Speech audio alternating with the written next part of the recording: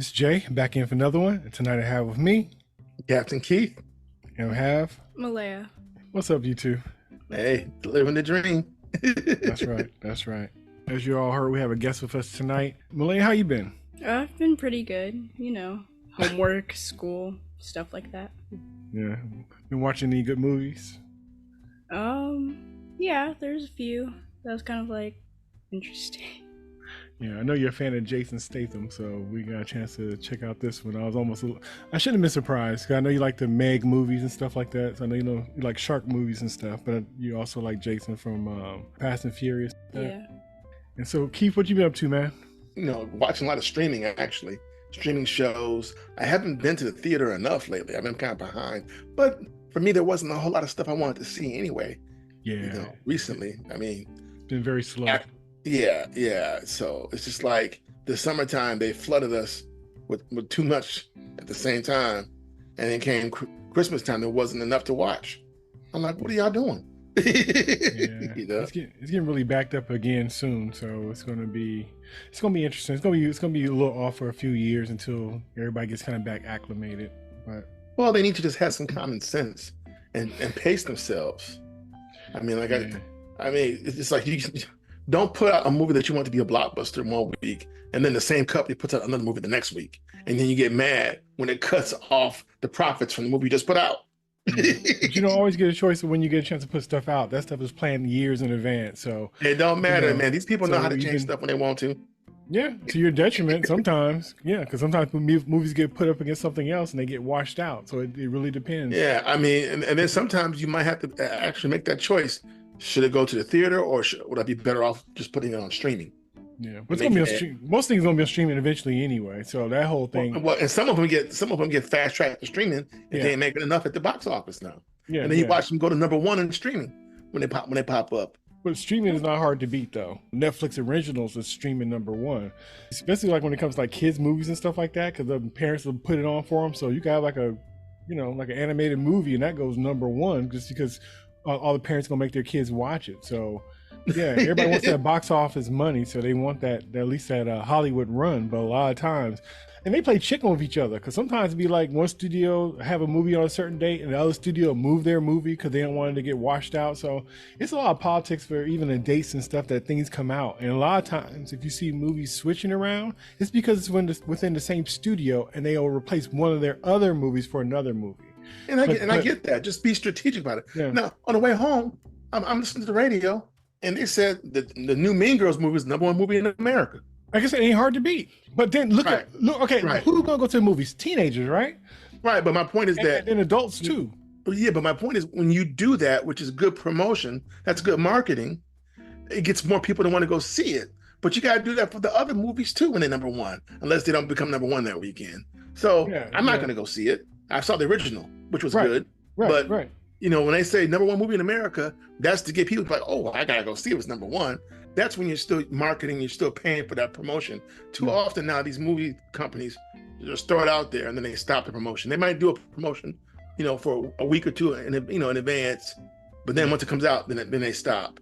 Even bad movies that say they're #1 and like roll our eyes because we know it's a garbage movie, but it's it's undefeated in a race of one. Right, but it's still a good look though. But there'll always be some people who will go once they see that or hear that. That's fine. But I'm saying people, like I said, even a loser will run a victory lap talking about I'm #1, even though but some of them want to be #2, so they can't say it. But I hear what you're saying. Right. So. But yeah, like I said, it's a funky time. But so the Beekeeper, by the time I really heard about it, it was about time for it to come out. It was one of those kind of things. Because I can't say like last summer I heard about Beekeeper, or even 3 months ago I can't even say that. Me neither. I go to a movie a decent amount of times, and that's not a trailer that popped up. So I was almost surprised that it came out, because usually they try to sneak movies in, like they're trying to hide sometimes, like, or a director somebody has an issue with, or actor or something, and they'd be like, coming out Friday, and you'd be like, wait, what? Coming out with who? Like who? Yeah. When? Yeah. But it kind of felt like that. It didn't feel like it was like a bad movie because the trailer looked good and it had Jason Statham and stuff, and the premise seemed interesting, but it was kind of like they just here you go and ran. But sometimes, just because it's dropped off doesn't mean that it's not loved or good. How about that? I agree. It's one of those kind of situations. Let me start off with the premise real quick to get us started. All right, so one man's brutal campaign for vengeance. Wait a minute, am I talking about the right? Make sure you got the right one. Right, they're all formulaic. Right. I mean, well, actually, I thought I was reading the premise for John Wick for a second there. I'm like, wait a minute. So that kind of goes into our conversations coming up. But a man's brutal campaign of vengeance to take on national stakes after is revealed to be a former operative of a powerful and clandestine organization known as Beekeepers. Like you said, this is a formulaic kind of movie. And it's funny because if it isn't pulled off right, we'll be like, it sucked. Why did you do it? And if somebody pulls it off and it's all, like the right director or maybe the right actor or tweaking the storyline is just right, you'd be like, oh, this is the greatest thing that ever happened. So it's funny how it could go. It really makes a difference on kind of who's leading it and if you connect to it or not. Because like you said, this premise has been done so many times. Especially with recent, series of John Wick, and they're on number 4 already. So it's a lot of reinventing and like taking, like you said, and it's just so many different ones. Malaya, you're a guest tonight. Let's start with you. And no spoilers or anything, but what was your overall thoughts of The Beekeeper? Overall, The Beekeeper was, I think, a pretty cool movie because I already like watching action movies and stuff like that. So this one, it was a little violent, but I'm surprised it didn't bother me, because I don't like watching stuff like that usually. But overall, pretty cool movie. It was cool how it laid out. But, laid out as far as what? What do you mean? Like just the plot and how stuff happened. Certain things I didn't expect. Something was like, okay, that was gonna happen. But overall, I think it was a pretty good movie. Okay, that's right on. And Captain Keith, what says you? Oh, I loved it. It was beautiful. I loved it. Jason Statham is one of the few actors these days that I can watch him in anything. I like his personality. He's always cool. He's always stoic. He doesn't say a lot, but when he talks, you listen, and he's ready to move with those hands. He's ready. And I think I mentioned to you, they are talking about who's going to be the new James Bond. I would love to see him as James Bond, just be bald, because he can pull it off. Because he's just cool that way. He's smooth. It was a pleasant surprise. It was one of the few movies that I got excited about. And, when I was watching it, you guys heard me laughing at certain parts. I was cracking up at certain things, but I was enjoying it. It's just, I can watch him. And because I think about the Transporter series, he was great in that. I mean, and I love how he can take like a working class character or profession and bring action to it. Like, I'm a transporter, but I'm more than that. I'm a beekeeper, but I'm more than that. But I am a beekeeper. So because so often, in Hollywood, usually the protagonist is always has like a kind of like a glamorous type of job, always a cool type of job. So to go with the cool personality, but he got me thinking about beekeeping in a whole different way. That's funny. So that's how he did his job. So I don't know who. I know our guy from Suicide Squad. David Ayer directed it. David Ayer did a great job. Yeah, but I enjoyed it immensely. I did. It was cool. Right on. I enjoyed it too. You never know how these movies are going to go. Sometimes they're so formulaic to the point where I don't know. It kind of reminded me also of like Mr. Nobody. That was a good one too. That was kind of the same situation. And like I said, it's so hit or miss with these kind of movies. And like I said, the thing the movie had going for it was Jason Statham for sure. Phylicia Rashad, that was a pull for me. Just seeing her just kind of, and to be honest, regardless of what I see her in, when she plays this kind of role, she's always Claire Huxtable, and that's okay. She's always a mom, you know what I mean? Mm-hmm. And she has this warmness to her, She'll sit there and just smile, and you just be like, oh, okay, and you feel for her. And so it was a pleasant to see her. And then having director David Ayer, that, you kind of know what to expect in a way. And so this was a good combination, and I think they pulled it off. I think that it was familiar enough to kind of sit back and take it in without thinking too much. It was different enough to make it interesting, and it was cleaned up, and it kind of tied up nice enough to be like, okay, You know, it wasn't overly drawn out. It wasn't too long, and it wasn't too complicated. So I kind of enjoyed the pieces, even though, you know, some of it was like got me a little worked up, but I still, you know, it didn't take away from the overall experience from the movie. I really did enjoy it. So, I mean, yeah, lots of action, lots of violence. Lots of action. I did not mind. But good fighting though. But good fight. I was surprised too, but it was just good fighting, and it was. Yeah. His choreography was definitely great. Yeah, so you could tell that it was like, you know, it just didn't feel. It didn't. You know what? It felt like it was in capable hands. It didn't feel sloppy. Yeah. These kind of movies could be a hot mess and very sloppy. It was very clean. I agree. He was very believable in the role. Yes, I mean, he was.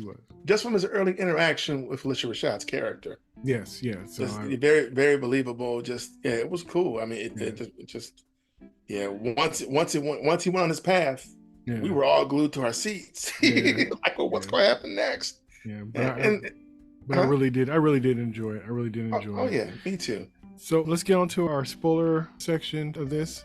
So any highlights or anything that stood out? I enjoyed him burning down that call center. That was, for everybody who ever worked in the call center, it was beautiful.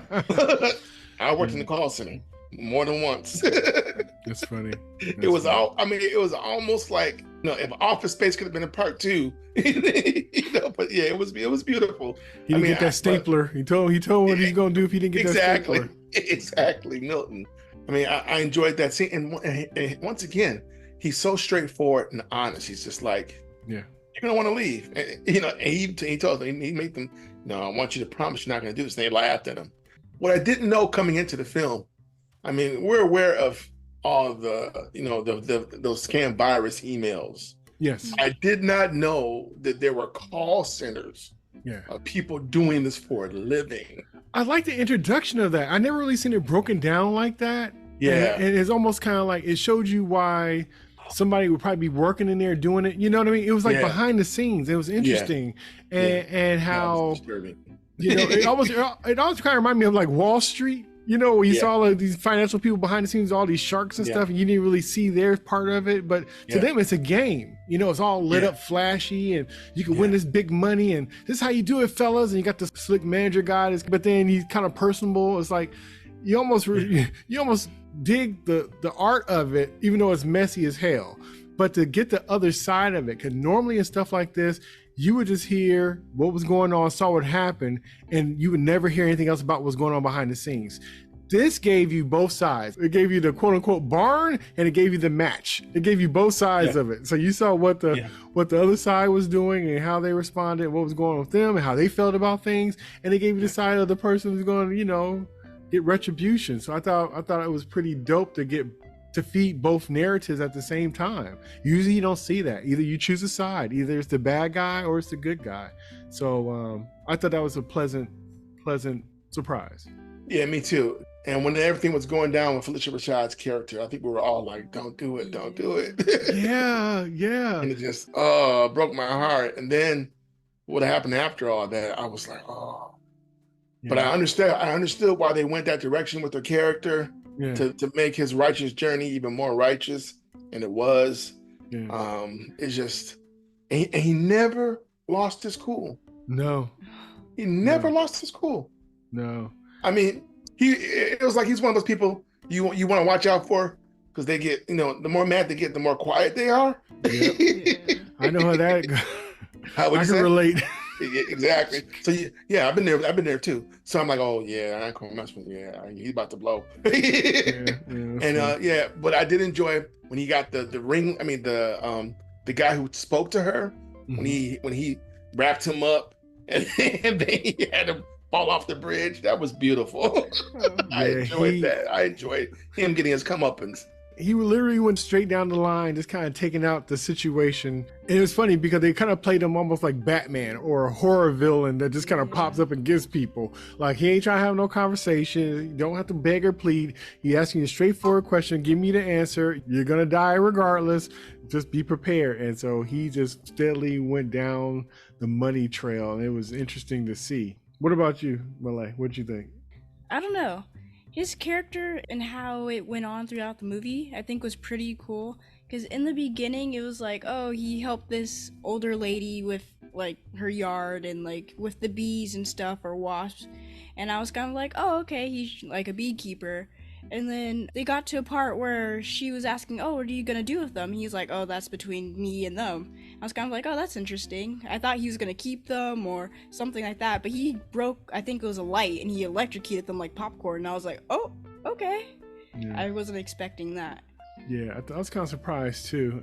Maybe because he probably figured like they would probably stay there for loyalty, but if he wasn't there to take care of them, then they'd probably be lost in a way. So I don't know, but even though it was kind of crazy to see that, I think it was probably the humane things to do. And I don't know, but I was kind of surprised about that too, that kind of went down.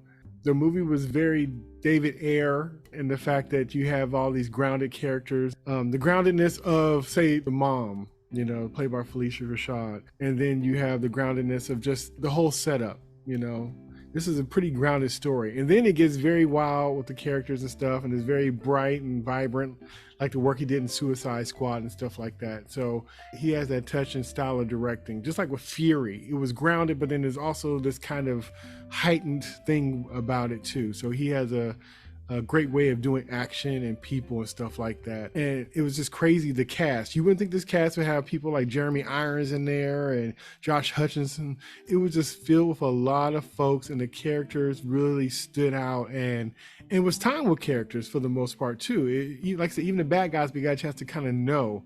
The main person who played the agent, who played the Felicia's daughter, Agent Verona Parker. Verona. Yeah, played by Emmy Raver-Lampman, and she's from like the Umbrella Academy fame. She's from that, and she's a singer and an actress and stuff like that. She was in Broadway play Hair and stuff like that. She's a cool actress, but I will say that character was getting to me. Her character, I'm like, if you avenging my mom, I'll roll out the red carpet. Like, Exactly. I'll go in shooting first. Yeah, exactly. Like, or stay out of my way and don't arrest me. So I felt a ways. At first, I thought she was playing around. I thought we were gonna figure out, like at the end, that she was only pretending to be trying to stop him or trying to. She said she really had an issue with it. And I thought, like, if you're gonna have it a character that's gonna be like a stickler for the rules and stuff, then you gotta commit to that. You can't have her at sometimes where she's like, you know, when Adam Clay, but when he went to go take care of the first call center and the place was burning and the people were upset about it, and they asked her, what'd you think about the fire? And she was like, well, I like fires.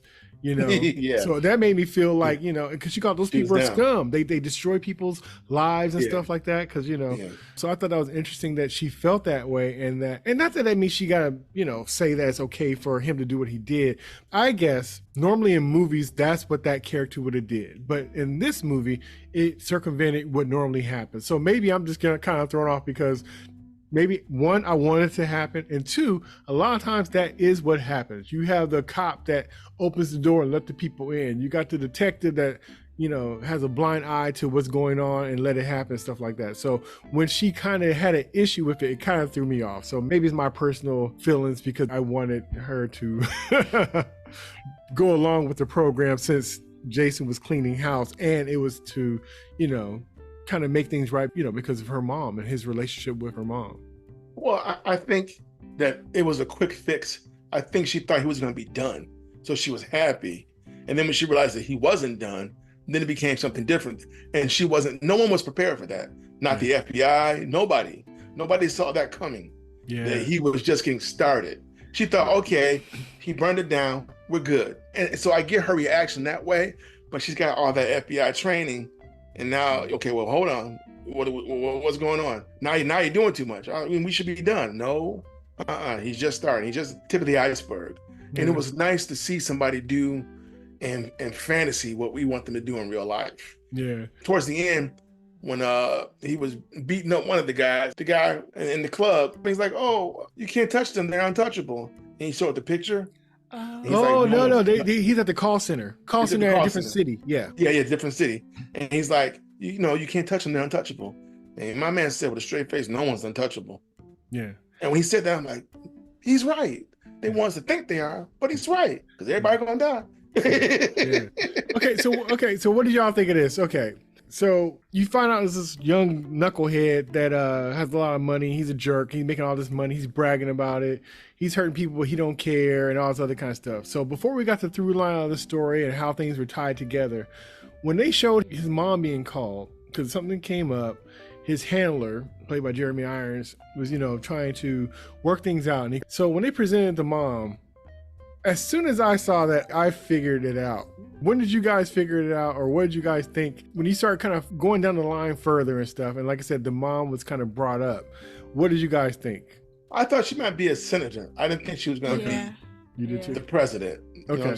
The only reason I figured that she was the president is because of what he used to do for the government.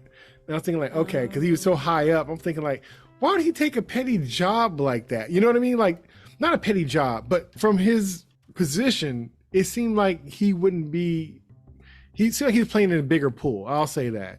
But I thought that was pretty dope for this to kind of tie along with corruption that high up, because usually it doesn't go that far. You know what I mean? No, it doesn't. And I thought it was very interesting, especially when for years we've been seeing stuff about, politicians and presidents and their kids and, the craziness that they get into. And we're going through that now, right now. And so for this to be touched on with this, it's just like... It was great. But what was awesome too is that he was, and when the daughter was talking to the deputy director and he still wouldn't acknowledge the Beekeepers. He was afraid to say the name. So I mean, but I love how steadfast he was. I mean, you saw Jason Statham's resolve. Adam plays resolve.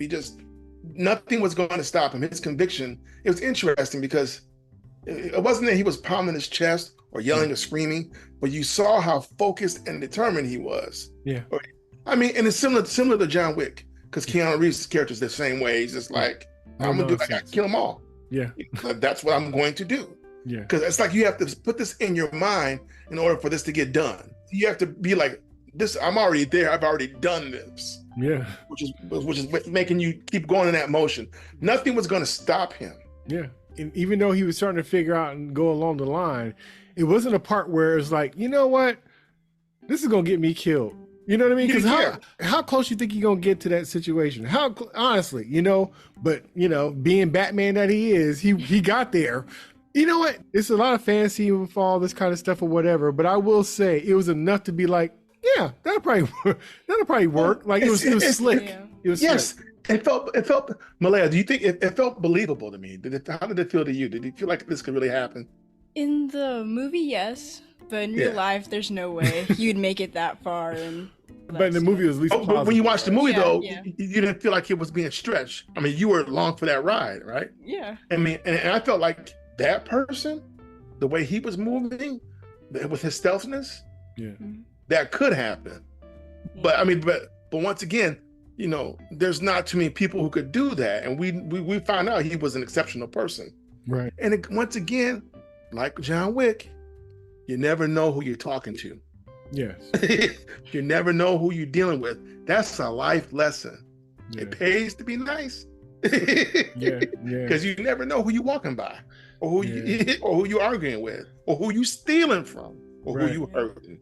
Right. It was interesting because it was brought up. It was like, it's almost like, do you want to do what's right, or it was almost one of those kind of things where. It was a couple things. One thing for sure was kind of like, you almost got to destroy the whole thing.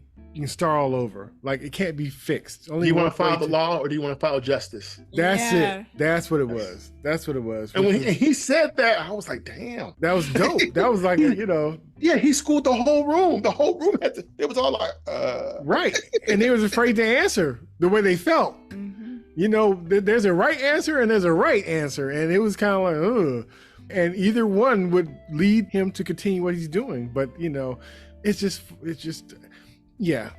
the loyalty we have for things that we know is broken, and we just kind of keep pushing forward and act like it's all right. It's just like this movie showed a lot of stuff, and for it to be like a simple shoot 'em up, bang, bang, revenge tale, it had a whole bunch of life lessons and truths about current life and times, which I thought was very interesting. I mean, this is also about a man who's hardened because of his job. Yeah. And he's isolated himself because of that. And he found this lady who cared for him like she was his mom. Yeah. And that was enough to make him do what he had to do. because he said she's the only person who ever took care of me. Exactly. Yeah. Exactly. And I thought it was beautiful. He's saying that about a black woman. And not only that, even if you wouldn't have said it, we already knew that. You know how that goes. So to me, it wasn't like surprising, like, oh, really? No, I can see that. And that's why even having Phylicia Rashad cast in that role, that leans into that whole thing too of, yes, you could tell how, come back, I know you're leaving, but, she's thanking him, and he's like, no, and he's like, come back let me feed you. Yeah, so it's like, yeah. And then the thing is when the daughter figured out that he was not the one who did what happened, she's like, you remind me of my brother. That's why she likes you so much. Yeah. I like hearing that too. That's a little detail that means a lot. Like, definitely. It's a piece of the puzzle hearing that. Yes. And getting back to what you said earlier, I mean, she was a little frustrating because I'm thinking to myself, this man loves your mama just like you did. Yeah. You don't see that yet? Yeah. I think towards the end she finally did. When he said what he said, she couldn't. The righteousness was there. She couldn't deny it. I mean, because she knew he was ready to die. Yeah. He did what he had to do. He was ready to. I mean, and that's the thing too. I think in real life is when you have people who aren't fanatical, who do believe in their cause, and they're not being fanatical about it, and that hey, this is why I'm willing to put myself out on this one. Yeah. Period. Yeah. So with all his Batman stuff, with them trying to send I just love the situations that he's going into, especially with situations where they knew he was coming. The FBI are there, the thugs are there, the special forces are there. And like I said, they are already there, and yet and still he's going in there to do what he got to do, regardless. Like, he don't care who's standing in front of the door. He don't care all that stuff. And he warned them. Yeah, exactly. And he cleared house and then went on about his business. But I thought it was interesting because when he had cleared house, second call center, and he came across Agent Matt Wiley, so Carter. It was interesting. I love when he was like, I have kids. I have 4 kids. He's like, I know. Three boys and one girl. And I was like, yeah. So exactly. It's not chaos. Yeah. It's calculated. Yes. You know what I mean? Don't mess with him. He never planned on killing you. Yeah. Because he knew that. He never You'd be dead. Exactly. You wouldn't have had that conversation. How about that? Exactly. The people he killed were the people who were trying to kill him. Yeah. But like the FBI agents, he hurt them, but he didn't really kill them. Yeah. He just subdued them, emptied their guns, and kept them going, know? And once again, the daughter should have seen, okay, wait, he spared my partner. Okay. Yeah. This isn't your regular situation here. Yeah. So, like I said, I don't know why she would ever think that he was not for her mom, especially after he was cleared. But still, I still thought that, I don't know, maybe it's for extra tension or whatever. So they it was written the way it was written. To me, that tells more about the FBI and the indoctrination, training. Yeah. True that. True.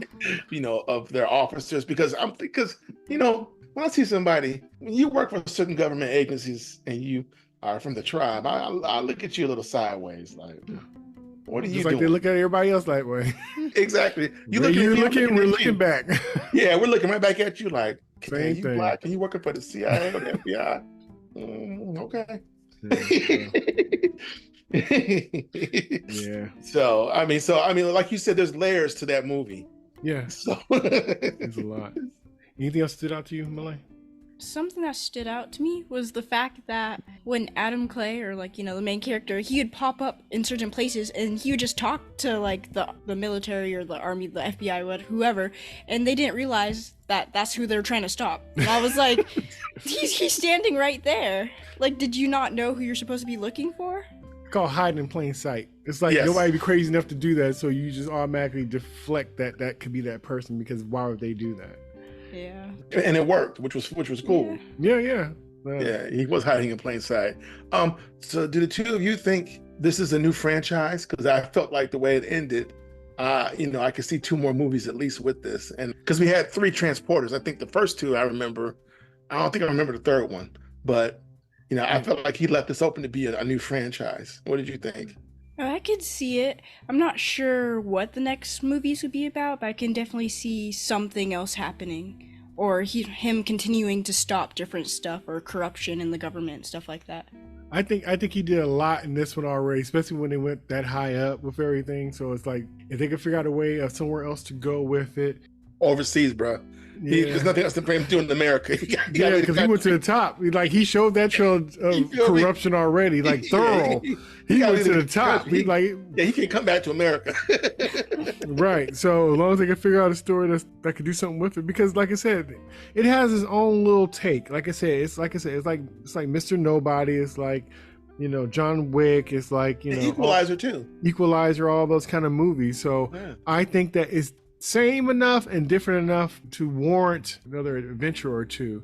Yeah. But they definitely just got to make sure that it has its own style and own view on things, because like I said, otherwise it could get real messy real quick. Those movies are kind of hard to pull off only because there's just so many of them. That's the thing. It's a competition. And like I said, it just depends on the director and the lead and the story. And if those things ain't quite right, it could jump off the rails really quickly. But I had enough fun with him to see it again. It was fun. Malaya, would you watch it again? Yeah, definitely. Okay, so question. So what do you guys think as far as like the end with the son? Now, do you think the son's really gonna follow through what he's gonna do, or was it a thing where I did too much, I'm gonna let the other folks take me out kind of thing? I don't know. His whole character, I think I just didn't like. But I really don't know. He just. So when he said that, were you surprised? Not necessarily, no. He just already seemed messed up and, spoiled because, he has all the money because of his mom, so he, created this whole business and stuff to con people, so I really wasn't surprised. But, yeah. What about you, Keith? I wasn't surprised either. I mean, I'm the only one surprised. He was somewhere in between sociopath and psychopath. I love when the daughter was reading the book on beekeepers and talked about the honeybees and how they sometimes will kill the queen bee for making defective children. Mm-hmm. And I'm like, you called them out. And once she said that, I'm like, yeah, he's defective offspring. Yeah, but I'm talking about the son. Oh, I know. Well, I'm saying he's defective, so I wasn't surprised that he wanted to do something. Oh, okay.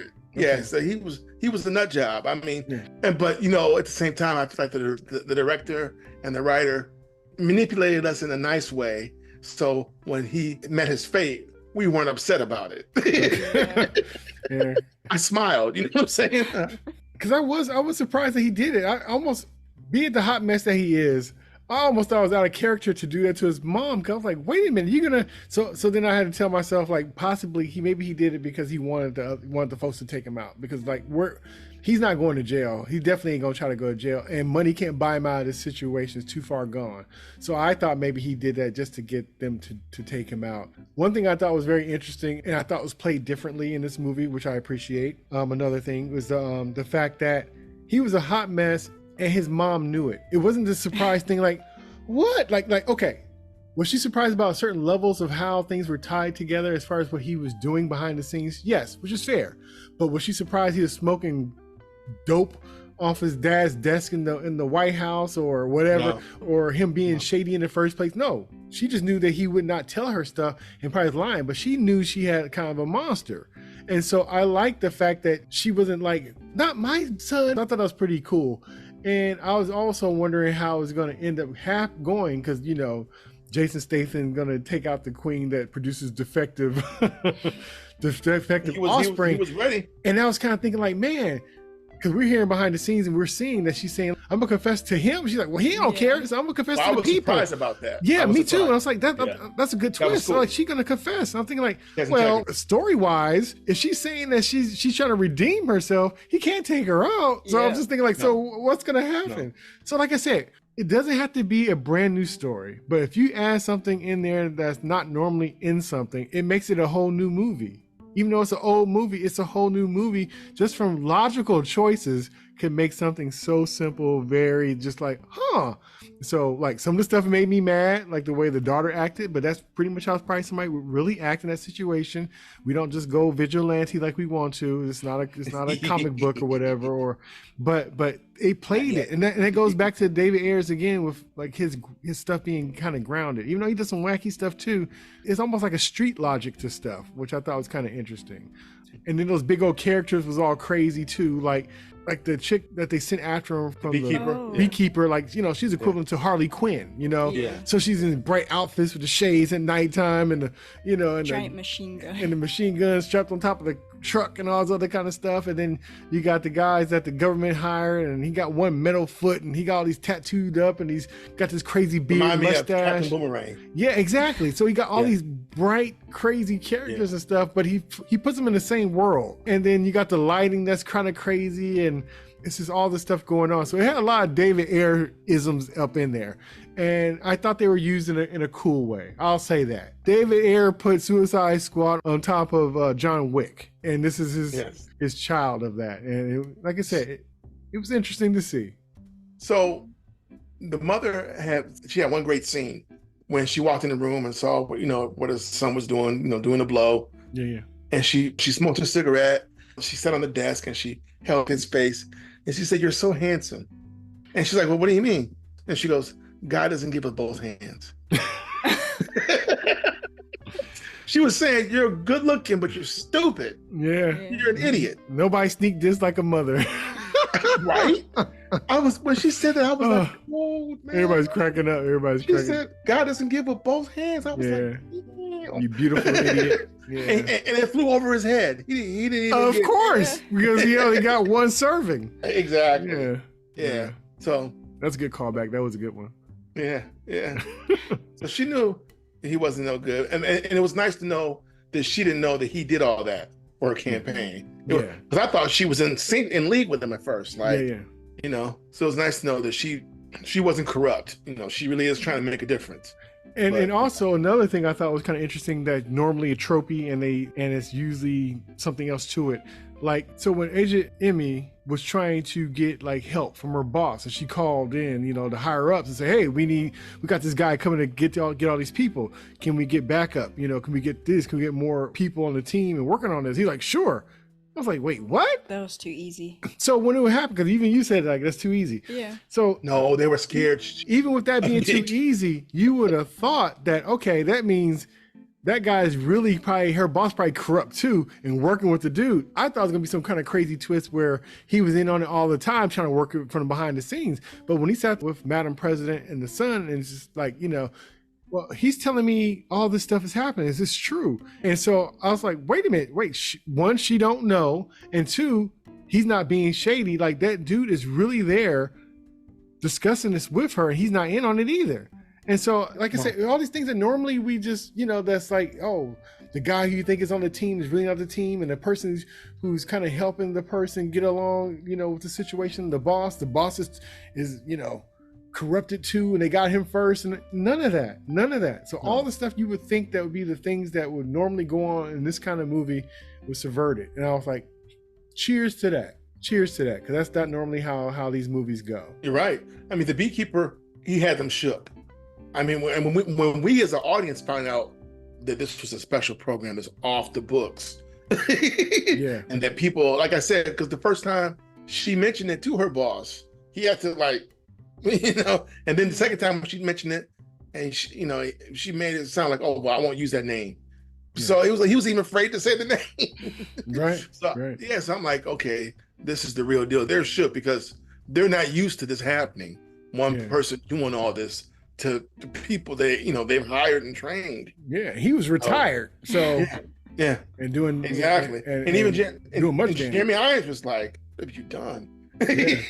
You messed up. That part kind of reminded me of John Wick a little bit, with the father telling his son, like, "Oh, you didn't just do this to any person. You know who car that was? Oh, that's the Baba Yaga." That first one was a classic. like you messed up. So that kind of reminded me of John Wick, but I didn't mind it because it was just so cold anyway. I was like, so good you could use it twice. I didn't mind. Yeah. But like I said, for this to be one of those kind of movies that have been done before, it was very original in the fact that how it dealt with things. So shout out to Kurt Wimmer. He's the one that wrote it. But right on. Yeah. They did him and David Ayer. They did a good job. Excellent job. They worked it out. They worked it out. Yeah. I mean, I was ready for another one. So that speaks volumes. I'm ready for part 2 and part 3. That's right. Bring it. So any final words, Malaya Leigh? Just overall, it's a really great movie. If you like some action-packed, violent kind of movie, then this is the movie for you. Yeah. That was funny because I was thinking like, have we ever saw like a rated R movie like this with you? And I was just thinking like, oh, and then I looked at you and I saw the violence. I was like, it was good, solid fighting. It wasn't like a whole bunch of cutscenes and stuff. Like he was busting people up. So I kept looking over. I'm like, okay, well, you handling it pretty well then. We see so much stuff together, but it is certain types of movies, and I try to screen or have an idea what's going to be going on. And if it's like something for language, then no big deal. But all this busting people up and stuff, I'm like, I don't think I usually, she don't really watch these kind of movies. Not really. But I was glad that she enjoyed it and it wasn't too much, because I'm like, if you could watch this, then I have a whole slew of movies that I'm going to introduce you to, because this was pretty heavy. I was even surprised, but I still was glad. But I was surprised of, how much was going on. And so, yeah. So what was your final thoughts, Captain Keith? Oh, well, I mean, it's an excellent film. It's an excellent action adventure film. It is violent, but it's making me realize too that violence in the film can be great depending on the context, how it's delivered. And in this film, it was delivered in such a way where I was enjoying it. Same with the John Wick. I mean, with the John Wick movies, you know what you're going to get. But this, I didn't know how it was going to be. But once it laid out and the choreography and all the fight scenes, it was fun. I enjoyed it. It was great. And there was some humor. When he's questioning the guy at the second call center, and he keeps stapling his head. I was cracking up. That was funny. Yeah. So I mean, there was some humor to some of the violence, and I enjoyed that. So, but yeah, it's an excellent film. If you're looking for something that's gonna keep your attention and just entertain you, make you feel good afterwards, that does it. Yeah, it was a good rock'em sock'em film. Got the blood flowing. Right. So it kept me off my seat. If you sleep through this, you're not alive. you're not alive, or you worked the double shift. That's all I'm gonna say. All right, I enjoyed it as well. I agree with what both of you all said. It was a good one. It was fun. It was unexpected. Like I said, I thought it was gonna be maybe like I like Jason. I like David Ayer's movies, and I just kind of figured it'd be like a little throwaway, whatever. I ain't mad at it either way. Seeing it with some good people, just chilling and watching a fun movie, and I was pleasantly surprised. It was better than it needed to be. Yeah. And I appreciate that, especially since it's been a while since we got a decent movie. To be honest, we've been in a drought for a minute now. So yep. It's nice to kind of have like little unexpected surprises like this. So, and like you all, I'm looking forward to 2 and 3 if they come down the line. It's gonna be interesting to see. I hope people don't take it for being just a run-of-the-mill, even though it is run-of-the-mill revenge story, because it is, but it's much more than that, and it's very relatable and it's very current, almost meta. So yeah. How many years we've been doing this now? We've been doing this, what, 3-4 years now? Yeah, since the pandemic. Yeah. From the movie bench to the parking lot to the podcast. You already know, bro. You already know. All right, so it's good catching up with you too. So that was Jay, Captain Keith, and Malaya Leigh. Until next time, peace. See you somewhere out in space. See you next time. All right, go do your homework. Bye, Malaya. Thanks again.